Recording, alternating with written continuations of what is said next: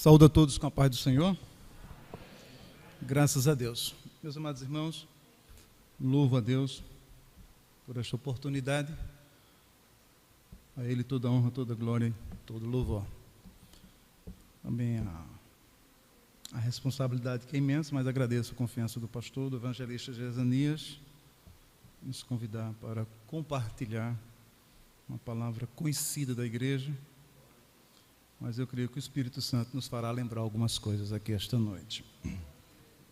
Mas antes de ministrar, tem um aviso que foi passado nos grupos da igreja. Eita. Obrigado. Domingo será comemorado o Dia dos Pais.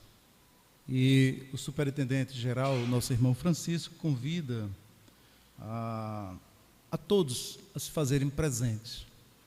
Estamos vivendo tempos difíceis e trabalhosos, onde uma minoria querem rechaçar a maioria e, para alguns movimentos, querem até abolir o Dia dos Pais e das Mães por conta de algumas opções. E a igreja também, não pode se calar. Então, é uma oportunidade de lembrar, né, de vir aqui comemorar o Dia dos Pais, porque macho e fêmea os criou, né, irmãos? Então, venham. A maneira de você estar dizendo que o Dia dos Pais e o Dia das Mães são os dias tradicionais, tá certo? Então, nosso irmão Francisco convida a todos. Queria que você abrisse a sua Bíblia no livro de Neemias, capítulo 1.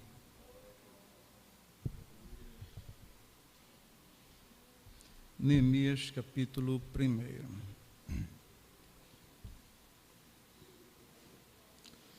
Palavra que Deus colocou no meu coração para compartilhar esta noite. Neemias, você vai seguindo aí, depois dos históricos aí, de Esdras, Segundas Crônicas, você vai encontrar aí Neemias, capítulo 1. Vamos ler os versículos de 1, todo o capítulo. Vamos tirar algumas lições deste capítulo para nós. Neemias ora por Jerusalém. As palavras de Neemias, filho de Acalias, no mês de Quisleu, no ano 20º, estando eu na cidadela de Suzã, veio Anani, um dos meus irmãos, com alguns de Judá. Então lhes perguntei pelos judeus que escaparam e não foram levados para o exílio, e acerca de Jerusalém. E disseram-me: os restantes que não foram levados para o exílio se acham lá na província, estão em grande miséria e desprezo. Os muros de Jerusalém estão derribados e as suas portas queimadas.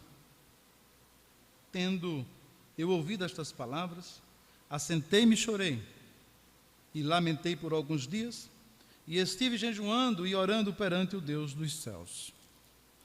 E disse: Senhor Deus dos céus, Deus grande e temível, que guardas a aliança e a misericórdia para com aqueles que te amam, e guarda os teus mandamentos. Estejam, pois, atentos os teus ouvidos e os teus olhos abertos, para acudires à oração do teu servo, que hoje faço a tua presença, dia e noite. Pelos filhos de Israel, teus servos, e faço confissão pelos pecados dos filhos de Israel, os quais temos cometido contra ti, pois eu e a casa de meu pai temos pecado. Temos procedido de todo corruptamente contra ti. Não temos guardado os mandamentos, nem os estatutos, nem os juízos que ordenastes a Moisés, teu servo. Lembra-te da palavra que ordenaste a Moisés, teu servo, dizendo: se transgredires, eu vos espalharei entre os povos. Mas, se converterdes a mim, e guardardes os meus mandamentos, e os cumprirdes, então, ainda que os vossos rejeitados estejam pelas extremidades do céu, de lá os ajuntarei, e os trarei para o lugar que tenho escolhido, para ali fazer habitar o meu nome. Estes ainda são teus servos, e o teu povo que resgatastes com o teu grande poder e com tua mão poderosa. Ah, Senhor, estejam, pois, atentos os teus ouvidos à oração do teu servo e a dos teus servos, que se agradam de temer o teu nome. Concede que seja bem-sucedido hoje o teu servo e dá-lhe mercê perante este homem. Nesse tempo eu era copeiro do rei. Amém. Que o Senhor aplique sua palavra aos nossos corações esta noite. Meus amados irmãos, queria compartilhar uma palavra sobre este capítulo. O livro em si todo é bastante interessante e edificante. Há muitos homens de negócios, muitos homens que estudam sobre liderança, que têm no livro de Neemias modelo de uma liderança corajosa, modelo para uma liderança eficaz, modelo para uma liderança bem-sucedida. Então, o livro de Neemias dá respaldo também a estes que se empenham nesta área do conhecimento. Mas eu quero compartilhar com os irmãos esta noite esse texto, chamando a nossa atenção para Neemias, um homem a serviço de Deus e do povo de Deus. Chamando a atenção para este homem que tem no significado do seu nome, confortado por Deus, ou aquele a quem o Senhor conforta ou consola. Então eu só posso consolar se eu sou consolado.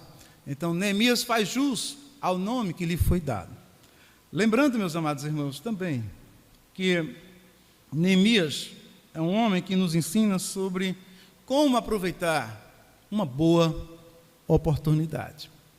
Neemias, lembrando, ele nasce no cativeiro, ele não foi levado cativo, então ele nasce lá.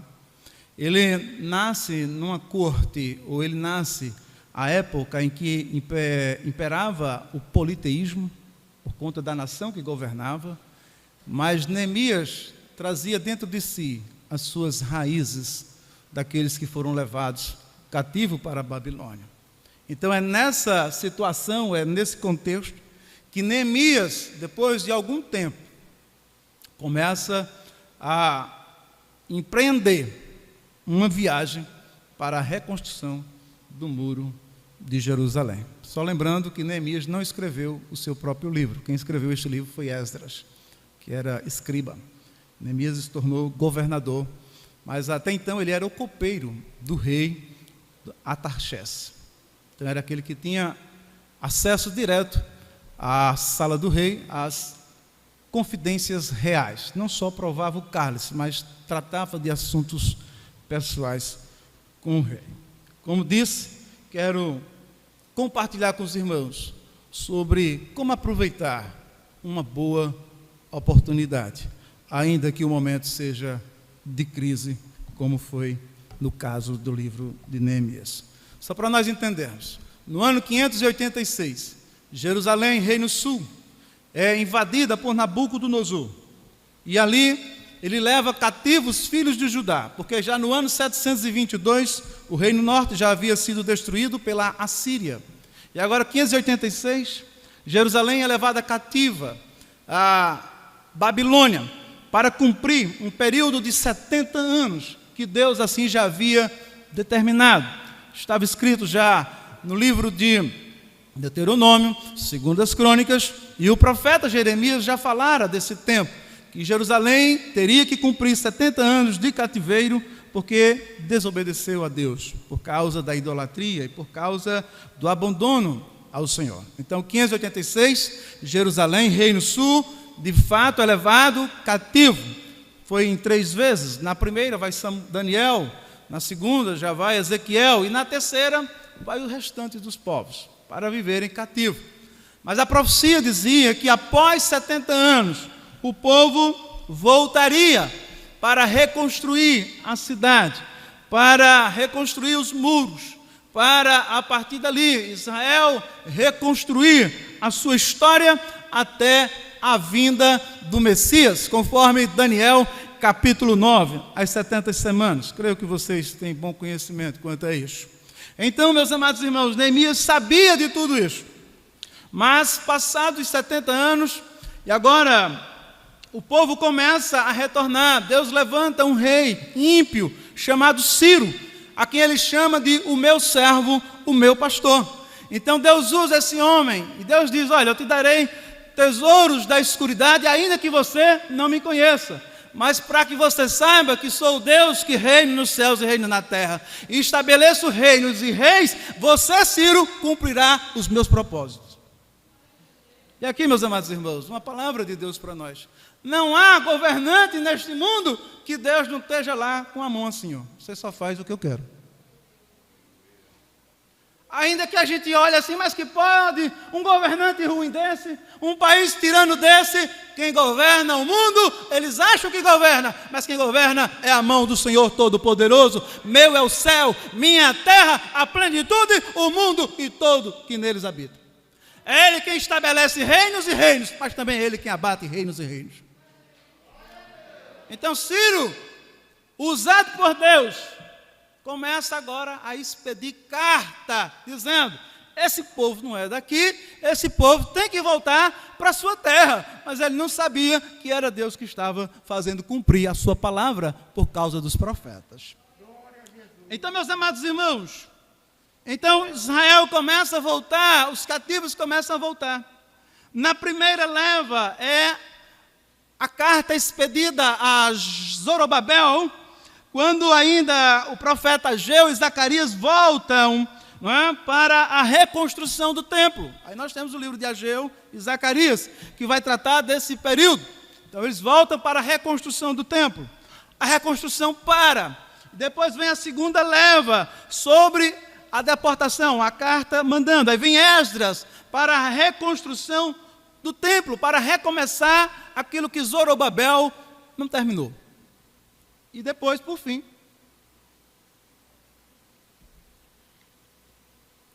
os que voltam sob a liderança de Neemias.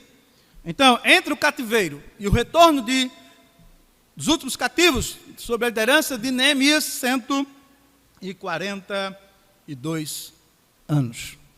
Meus amados irmãos, o que é que nós podemos aprender aqui? Passa o céu, passa a terra, mas a palavra do Senhor permanece para sempre.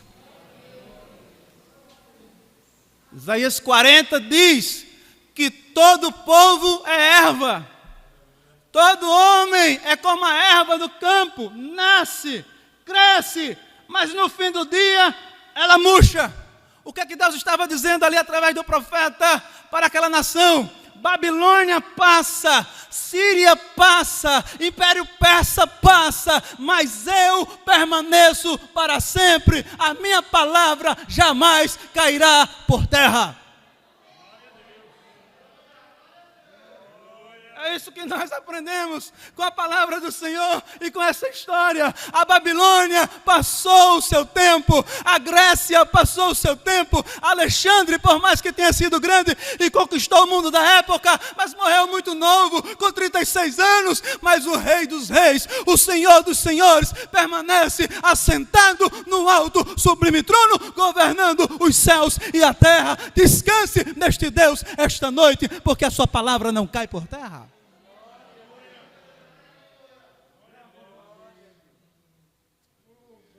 Glória ao Senhor.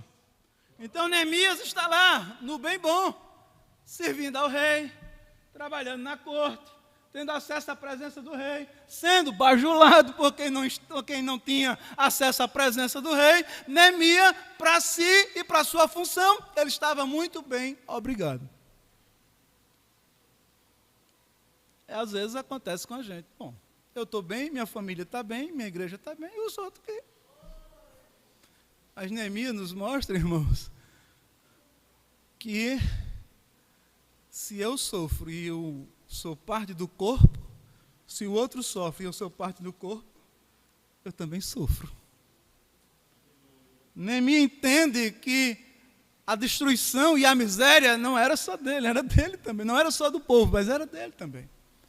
Então, depois dessa terceira leva, de um tempo, chega o seu irmão Anani, ou Anani, conforme a versão, e pergunta, ou vai levar a Neemias a notícia de como estavam aqueles cativos, aqueles desterrados. E aqui que eu quero tirar algumas lições para nós, depois de fazer esse apanhado. Então, Neemias está lá, e ele diz que no ano de Quisleu, no 20º ano, estando eu na cidadela de Suzã, que era a residência de inverno dos reis persas, Artaxerxes, era a sua casa de veraneio, como nós temos hoje aí, estava lá. E de repente chega esse homem, Anani, um dos meus irmãos, com alguns de Judá. E para a gente entender um pouco isso, é só você ler um pouco o livro de Esdras, que casa com o livro de Neemias. Então, você vai encontrar essa referência no capítulo 4 de Esdras, de 1 a 3, e os versículos de 11 a 21, quando eles estão reconstruindo o templo. Aí chega uma carta do rei, porque alguém foi falar mal ao rei mandou a carta, para tudo, então parou tudo, e o povo agora fica aguardando o que deve fazer. E agora está Neemias lá, e chega esse seu irmão Anani, e Neemias pergunta pelos judeus que escaparam, que não foram levados para o exílio, e acerca de Jerusalém. Eu disse no começo dessa mensagem que Neemias é um homem a serviço de Deus e a serviço do seu povo. Neemias, ele é estudado porque ele é alguém que se interessou, não pelo que o pessoal, não no tempo em que Jerusalém estava no seu auge, mas ele se interessou pelo povo que estava em miséria. E miséria não é produto para nada. Para os miseráveis, a gente às vezes dá até as costas. Mas Neemias diz, não, eles estão em miséria, mas é o povo da aliança. Eles estão em miséria, mas é o povo do concerto. Eles estão em miséria, mas eles estão debaixo do pacto de Abraão que Deus fez lá. Em ti serão benditas todas as famílias da terra. Eles estão em miséria, mas ele é o povo que o Senhor resgatou na mão forte quando eles estavam cativos por Faraó. Eles estão em miséria, mas é o povo que caminhou 40 anos e o Senhor o sustentou com maná do céu e com água da rocha. Eles estão em miséria, mas é o povo que Deus os chamou para ser reino de sacerdote. Ainda é o povo de Deus. Não importa a situação que eu e você estejamos passando, há uma promessa sobre nós, ainda que estejamos passando por momentos difíceis, mas se somos o povo da promessa, há alguém que há de se interessar e Deus há de usar pela nossa causa, porque nós somos o povo da aliança. Não, esse povo é o meu povo. Eu não os conheço, eu não sei quem são, mas eu sei que eles são cativos de Judá, e é uma palavra que precisa ser cumprida. Haverá o tempo que nós teremos que retornar, reedificar o muro, reedificar a cidade, reedificar o templo, reedificar o altar e oferecer sacrifício ao Deus vivo até que o Messias chegue. Vamos voltar para a nossa terra. Primeira lição desse texto, essa do verso 2, é que Neemias, em todo o conforto que tem, mas ele se interessou pela causa do seu povo. Há um grande ministério na igreja, que é o ministério da intercessão, que às vezes nós não conhecemos. É que aquele que intercede, ele sai de cena, e ele coloca em cena aquele que está precisando. Quem tem o ministério da intercessão, ele não geme por ele geme pelo outro. Quem tem o ministério da intercessão, ele se curva diante de Deus, não por si, mas ele implora pela causa do outro. Porque a dor do outro dói nele. A dor do outro chama a atenção dele. E não são todos que têm esse ministério de acordar de madrugada e dizer, Senhor, o que é que está acontecendo com A e com B, e Deus lhe levar e nos levar a orar por A ou por B. Isso é intercessão. Você poderia estar orando pelos seus, mas você tira os seus e você chama fulano, você chama o irmão A, o irmão B. Não, Senhor, eu quero neste momento apresentar este povo aqui. Então Neemias se interessa pela causa. A causa não era nobre, porque era comandar desterrados. A causa não era nobre porque era para reedificar muro que estavam queimados, derrubados, portas queimadas. A causa não era nobre porque, olhando aos olhos humanos, eram pessoas que estavam lá em miséria e em pobreza. Mas quem vai à presença de Deus, ele vai à presença do Deus que tem os recursos para fazer as coisas acontecer. Do Deus que do pó levanta o desvalido e do monturo levanta o necessitado. Porque ele não quebra a cana quebrada e nem apaga a torcida que fumega. Antes a endireitará e fará prosperar o juízo dele. Este é o Deus a quem nós devemos orar, a quem nós servimos. É que ele não despedaça a cana que está quebrada, ele pode remendar novamente. Foi isso que Neemias viu. Oh, aleluia. Aleluia. Então, 2. Primeiro, se interessou pela causa. Como estão os meus irmãos? Como estão aqueles que escaparam e não foram levados? Lá em 2 Reis vai dizer que só não foram os pobres, ficaram os pobres lá. Para da subsistência da terra tirar o alimento. Mas porque toda a linhagem nobre de Israel, irmãos, foi para a Babilônia. Daniel foi para a Babilônia. Foi bom para Daniel. Ezequiel ficou do lado de fora, às margens do rio Quebar. Foi bom para Ezequiel. Mas quem ficou, que não foi levado, comandado por um governador chamado Nebuzaradão, olha que nome esquisito, ficou assim. Então, de miséria em miséria, mais miséria. Então, é por estes que Neemias se interessa. 2. Quando Neemias sabe disso, irmãos, ele pergunta, versículo 3. Aí vem a resposta. Disseram-me os restantes, que não foram levados para o exílio. Ele começa a descrever. Se acham lá na província, estão em grande miséria, desprezo. Os muros de Jerusalém estão derribados e as suas portas, Neemias, estão queimadas. Outra verdade, ou outra lição que a gente pode tirar aqui, Neemias quer saber a verdade. Não esconda nada. Como é que eles estão? Se não tem verdade, não tem restauração. Se não há verdade, não há como agir na causa.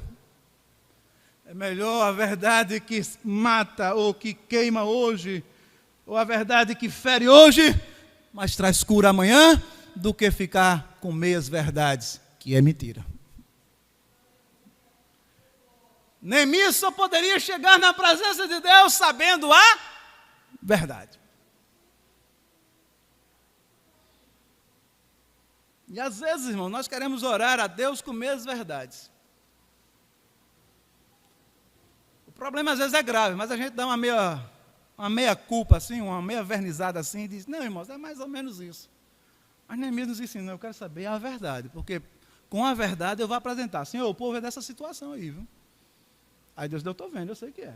Então vai confirmar com o que Deus sabe. Então, meus amados irmãos, sem restauração não tem como, sem verdade não tem como haver restauração. Para você que tem o ministério da intercessão e da oração, ore pela verdade. Ainda que doa, mas ore pela verdade, com a verdade ao Deus da verdade. Porque haverá tempo de cura, haverá tempo de restauração, quando a gente leva a Deus aquilo que de fato está acontecendo. E Neemias faz isso apoiado no livro de Levítico, capítulo 26. Deixa eu ler aqui.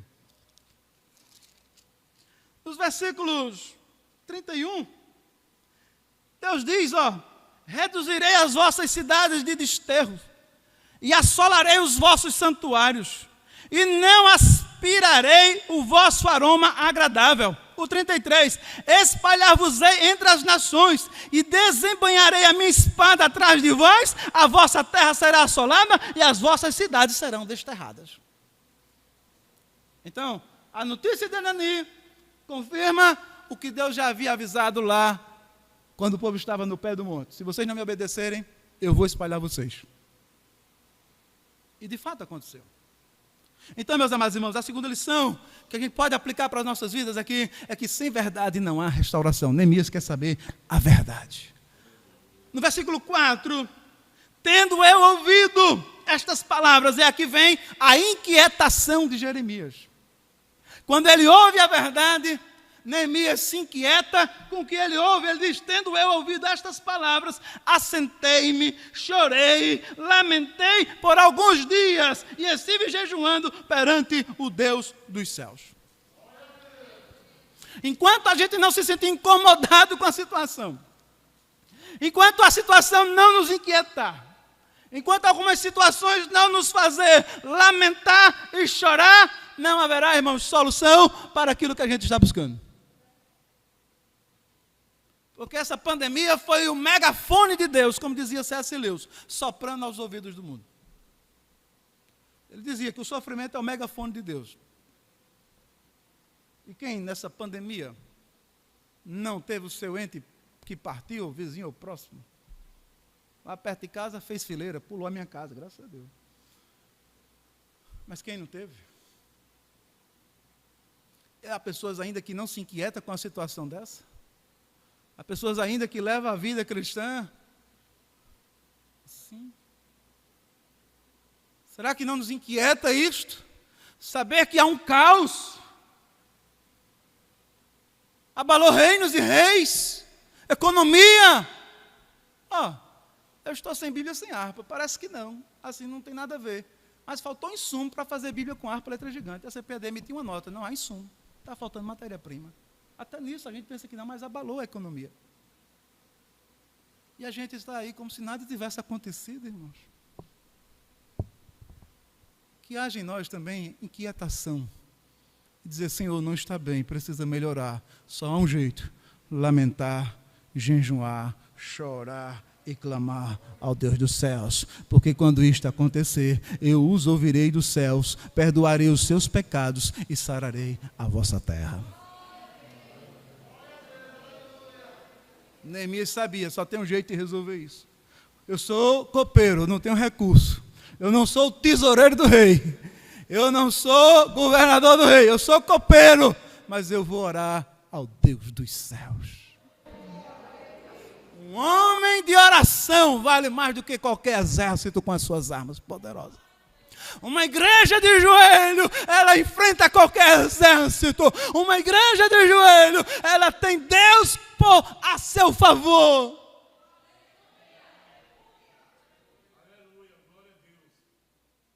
Oração. Então Neemias inquieta-se com aquela situação. Quando isso ouviu, a gente chora, lamentou e chorou.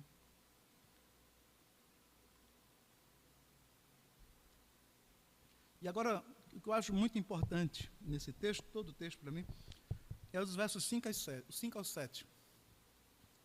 Quando ele ouve que ele se inquieta, aí Neemias entra aqui naquilo que a gente precisa voltar a fazer novamente. Não falando em termos de Igreja Assembleia de Deus Paulo Afonso, estou falando em termos do cenário evangélico que a gente vê hoje. Porque eu sou um estudioso, digo assim, do movimento evangélico. Confissão de pecado. Olha só. E disse, Senhor, Deus dos céus, Deus grande e temível. Aí ele começa dizendo que guardas a aliança. Ele já chamou Deus e disse, Deus, está lembrado da aliança?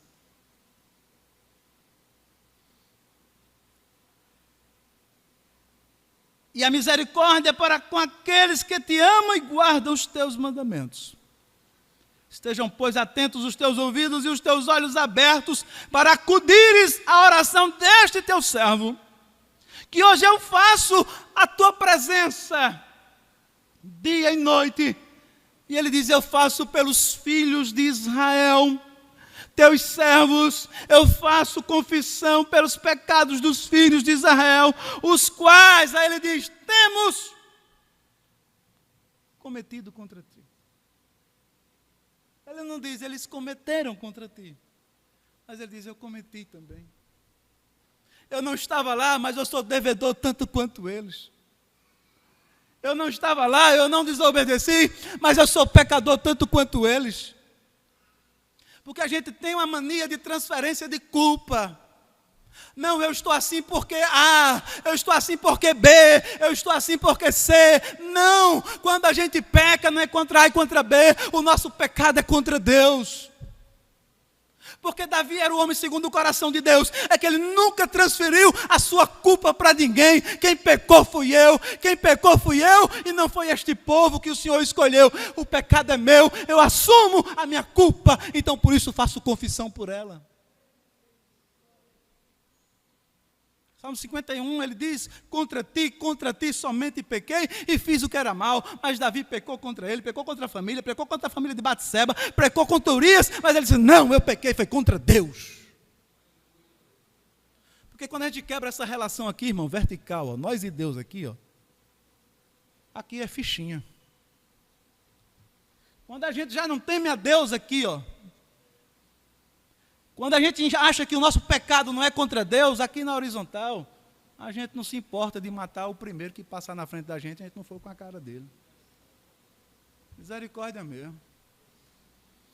Porque eu perdi o meu temor a Deus aqui, ó. Então Neemias entende, nós pecamos, Senhor. Por isso que não há cura se não houver verdade. E ele diz, temos procedido de todo corruptamente. Corrupção é a palavra da moda. Por isso que a Bíblia diz que enganoso é o coração do homem, desesperadamente corrupto. Quem, pois, o conhecerá? Mas eu, o Senhor, esquadrinho a mente e os corações.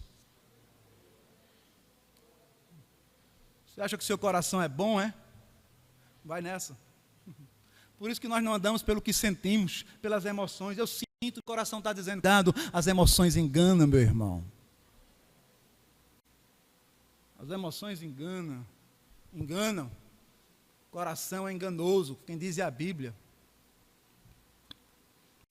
E não temos guardado os mandamentos e nem os estatutos, e nem o juízo que ordenasse a Moisés, teu servo.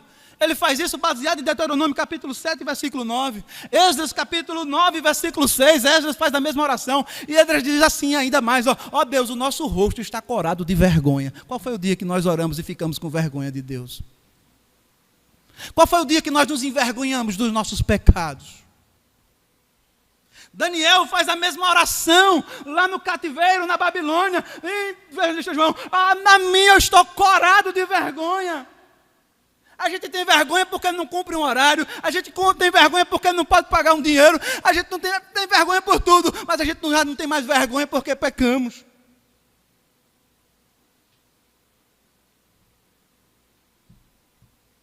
É isso que está faltando na igreja brasileira hoje, coragem e vergonha.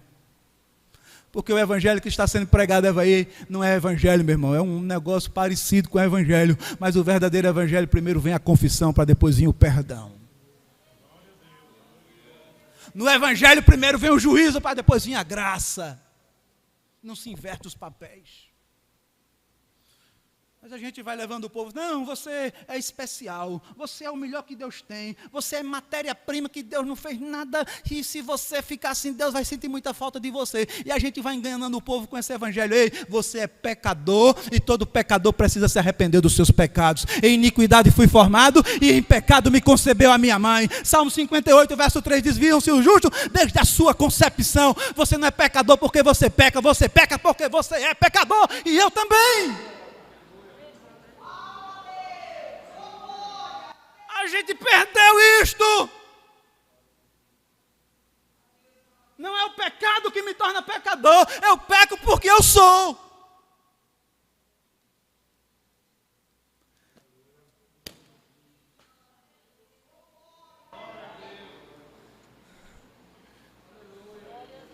Que oxalá que venha sobre nós o espírito de arrependimento e confissão e passar a ter vergonha daquilo que fazemos, não contra o próximo, mas contra o Deus dos céus. Glória a Deus, aleluia. Glória a Deus. Neemias disse, nós pecamos contra ti.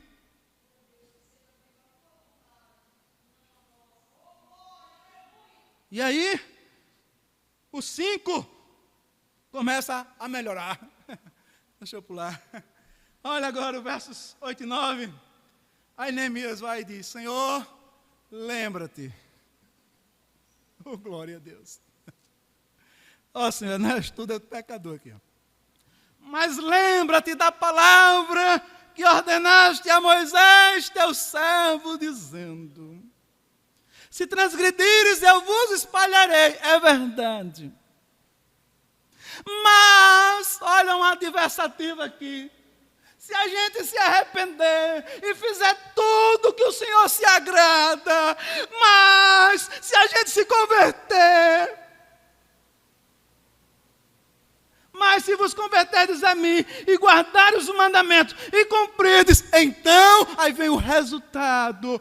Ainda que os vossos rejeitados estejam pelas extremidades do céu, de lá eu vou recolher. Pode estar onde tiver, mas se houver arrependimento, eu digo: é tempo de retorno, é tempo de voltar, o tempo do perdão chegou, o tempo da restauração chegou, eu vou buscar aonde estiver. E ele está orando aqui, Jeremias capítulo 29, você lê em casa. Depois de cumprir os 70 anos da Babilônia, vocês vão passar a orar a mim e eu ouvirei vocês, porque sou eu que sei o pensamento que tenho ao vosso respeito, diz o Senhor dos Exércitos, pensamentos de paz e não de mal, para vos dar o fim que desejais. E eu vou fazer voltar os vossos filhos de onde estiverem. Neemias sabia: Senhor, é tempo de cumprir a palavra dita pelo profeta Jeremias, é tempo de retorno, é tempo de retornar. Lembra-te da aliança.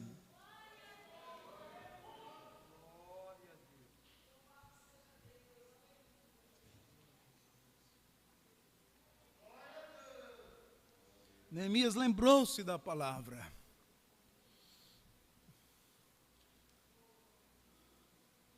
Vamos nos lembrar da palavra. Na hora que você pecar, lembre-se da palavra: Senhor, eu pequei, sou pecador. Mas aquele que confessa e deixa alcança misericórdia. Se confessarmos nosso pecado, o Senhor é fiel e justo para nos perdoar o pecado e nos purificar de toda injustiça. Filhinhos, não pequeis, mas se todavia alguém pecar, temos um advogado junto ao Pai, Jesus Cristo, o justo. É Ele a propiciação pelos nossos pecados, e não só os meus, mas por todo o mundo. Sabe esse tempo. E por último, para encerrar, Neemias se apoia na palavra de Deus. Lembrou-se. Isso, agora eu vou botar o pé aqui em cima. Eu sempre digo, irmãos, Deus não tem compromisso com o pregador. Deus tem compromisso com a palavra dele. Nenhum pregador, por mais eu que esteja pregando aqui, outros que subam aqui, a gente prega a palavra de Deus. E o compromisso de Deus é com a palavra dele. Porque eu posso errar na interpretação da palavra. Aí Deus não tem nada a ver com isso, não. Agora, com a palavra que está escrita aqui, meu irmão, passa os céus e passa a terra, mas Deus vela para ela cumprir. Então, não ouse abrir a boca sem que o Senhor tenha te mandado abrir a boca para dizer: assim diz o Senhor. Cuidado. Porque Deus não tem compromisso com essa palavra, não. Que é uma moda agora profetizar, né?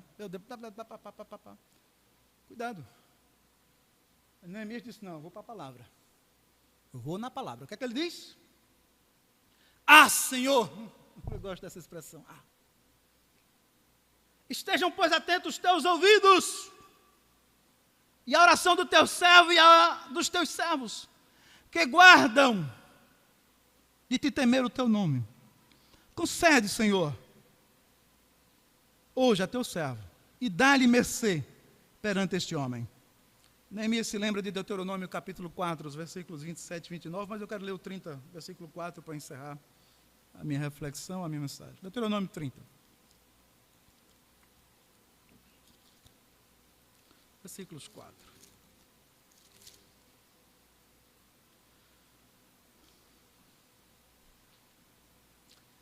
Ainda que os teus desterrados estejam para a extremidade dos céus, desde aí te ajuntará o Senhor teu Deus e te tornará de lá. O Senhor teu Deus te introduzirá na terra que a teus pais possuíram, e a possuirás e farás bem, e multiplicará mais do que a teus pais. Neemias disse: eu vou orar, mas eu vou orar fundamentado na palavra. Por que às vezes nossas orações não são respondidas? Porque a gente ora pela imaginação da nossa mente, pelos desejos do nosso coração. Fundamenta a oração aqui, aí Deus tem compromisso aqui, e Ele cumpre a sua palavra. Então, irmãos, aprendemos com Neemias, ainda que a situação seja difícil, eu posso orar, que Deus vela pela sua palavra para eu cumprir. Ainda que a minha família esteja desterrada, ainda que os meus estejam distantes, ainda que esteja tudo como Neemias descreve, mas em Neemias você encontra fundamento para orar, e Deus pode reconstruir qualquer situação difícil. Neemias nos mostra que é possível abrir a nossa boca em oração e confissão, e que Deus vela pela sua palavra para cumprir. Não há causa impossível que Deus não possa resolver. Não há nada demasiadamente difícil para o Senhor dos Exércitos. Então Neemias me dá base para orar, para continuar crendo, Se Ele não fizer hoje, Ele fará amanhã. Se Ele não fizer amanhã, Ele continuará fazendo, porque Ele ainda é Deus nos céus e Deus na terra. Eu vou continuar orando e crendo no Deus que fez os céus e a terra.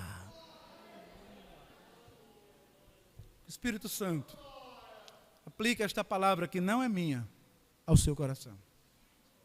Saia daqui hoje fortalecido. Vamos aprender com Neemias. A situação está essa, tá. Mas um homem em oração vale mais do que um exército. Deus abençoe. Com autorização do nosso co-pastor, pede para a igreja ficar de pé.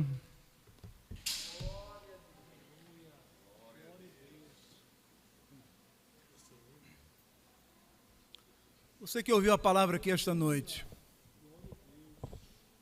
eu preguei na inspiração do Espírito e na autoridade. Mas qual é a sua situação? É como esta daqui? Onde você está? Se encontra assim como Neemias ouviu? Neste momento você pode apresentar ao Senhor qualquer que seja a causa. E Deus tem poder para reverter qualquer cativeiro. Nós vamos orar neste momento, agradecendo a Deus e encerrando este culto. Mas neste momento seja um intercessor da sua casa, da sua família, da sua igreja. Coloque-se como Neemias, se inquiete com a situação, faça confissão e diga: Senhor, eu vou orar a palavra confiando em Ti. E não há causa impossível que o nosso Deus não possa resolver. Não há famílias que não possam ser restauradas, não há vidas que não possam ser salvos, não há pecadores que Deus não possa perdoar. Não, o nosso Deus ainda está vivo nos céus.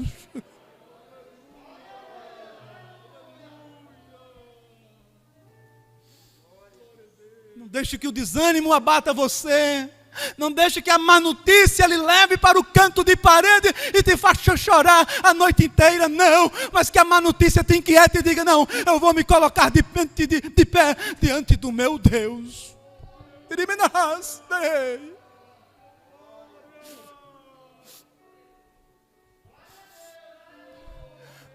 Porque Deus ainda está nos céus, irmãos. Deus ainda governa este mundo. O Senhor ainda é o Senhor da igreja. Ele ainda peleja pelo seu povo.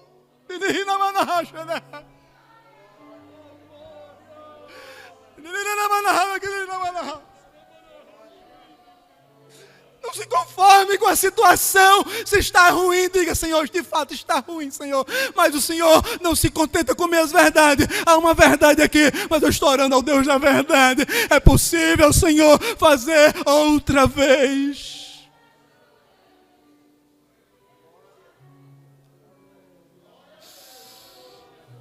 Você que está ouvindo essa mensagem aí do outro lado, não se acomode, mas se inquiete neste momento e diga: Senhor, é possível fazer, é possível. Neemias nos mostra que Deus ouve oração. Senhor, nosso Deus, nosso Pai, neste momento, Senhor, te agradecemos por estes momentos na tua casa. Senhor, obrigado por estes momentos de celebração a ti, Senhor. Ó Deus, obrigado pela tua palavra que foi ministrada aqui esta noite. Deus, tu conheces a situação de cada um aqui, como chegou, como está.